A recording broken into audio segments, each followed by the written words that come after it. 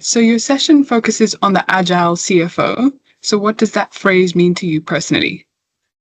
So agile CFO boils down to a leadership style that is about being flexible, adaptable, and also constantly learning, also as a leader. And this means we CFOs must be moving away from that old school top-down hierarchy and really empower our finance team members to work autonomously and also to take decisions, most of them autonomously. This is, of course, also applying agile methodologies like we see them in tech teams, like team OKRs, using manuals of me, doing sprint work, taking ownership of topics, and making database decisions.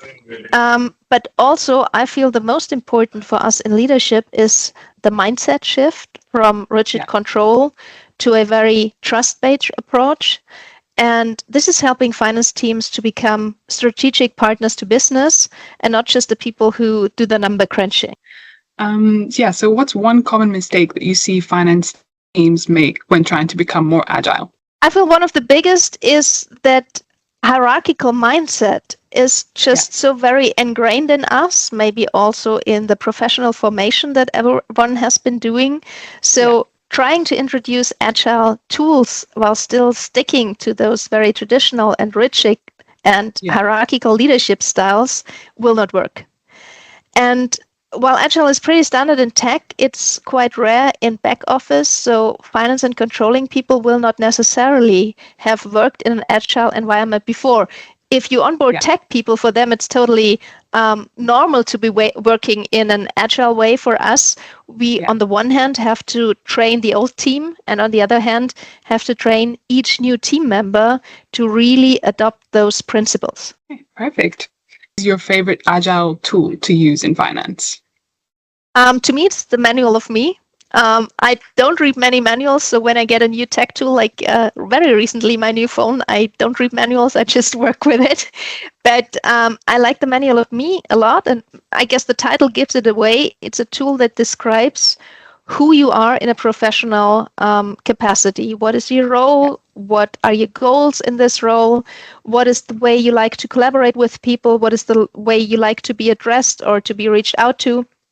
And I also have one for myself, and there's a lot of, standard thingies into, such as I'm traveling a lot.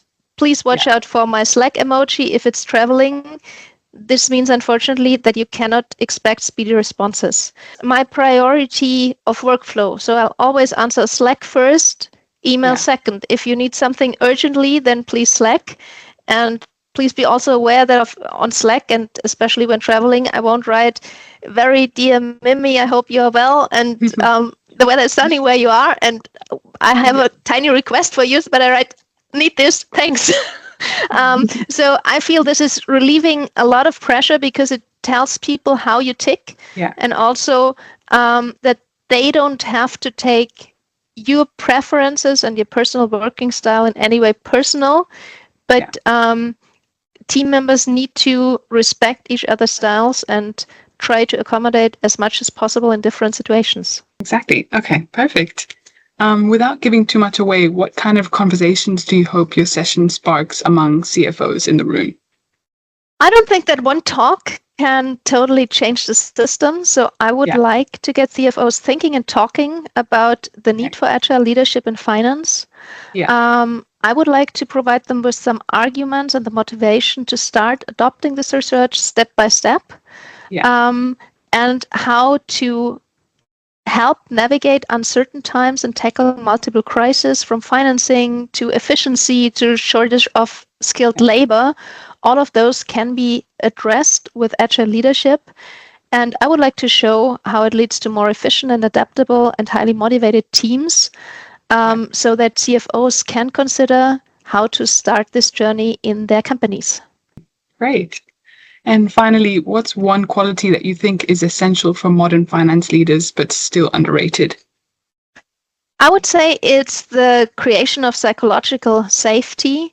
There are many studies out which have proven that psychological safety is the most important factor to keep team members engaged, motivated, and also loyal to the company. How can you do that? Most importantly, I'd say, is meta communication. So communicate about the way you are communicating in order to create a climate where team members feel safe to take risks, to admit mistakes, and share their opinions openly, because this will lead ultimately to better decisions.